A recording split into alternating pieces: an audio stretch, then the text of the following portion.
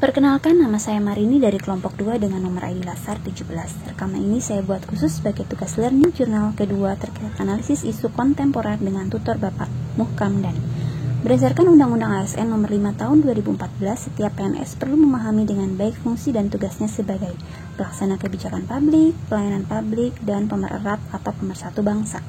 Nah, dalam menjalankan fungsinya tersebut, PNS dituntut untuk bersikap kreatif dan melakukan terobosan atau inovasi dalam melaksanakan pelayanan kepada masyarakat.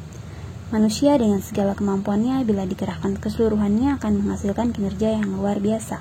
Terdapat 6 komponen dari modal manusia menurut Ancok tahun 2002, antara lain modal intelektual, emosional, sosial, ketabahan, etika atau moral, dan kesehatan. Isu-isu strategis kontemporer diantaranya korupsi, narkoba, paham radikal atau teroris, money laundry, proxy war, dan kejahatan komunikasi massal. Nah, SH Alatas dalam bukunya Korupsi menjelaskan mengenai korupsi ditinjau dari segi tipologi, antara lain korupsi transaktif, korupsi yang memeras, korupsi investif, korupsi perkerabatan, korupsi defensif, dan korupsi dukungan. Tindakan untuk membangun sikap anti korupsi sederhana misalnya dengan cara bersikap jujur, menghindari perilaku yang merugikan kepentingan orang banyak, menghindari konflik kepentingan, dan melaporkan pada penegak hukum.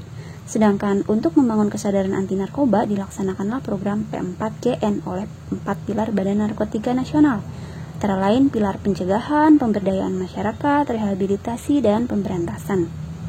Nah, beberapa tips dalam menggunakan media sosial agar terhindar dari risiko pelanggaran hukum antara lain memahami regulasi yang ada, menegakkan etika bermedia sosial, memasang identitas asli diri dengan benar, memeriksa terlebih dahulu kebenaran informasi yang akan di-share ke publik, dan lebih berhati-hati bila ingin memposting hal-hal atau data yang bersifat pribadi.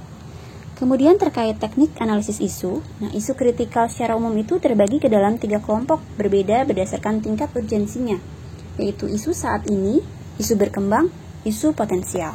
Teknik-teknik analisis isu ada 3 diantaranya.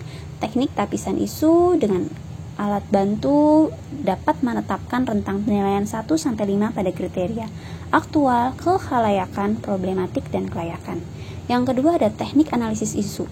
Beberapa alat bantu menganalisis isu disajikan dengan cara mind mapping, fishbone diagram, atau analisis SWOT. Yang ketiga ada analisis kesenjangan atau gap analysis. Demikianlah learning journal saya hari ini. Terima kasih.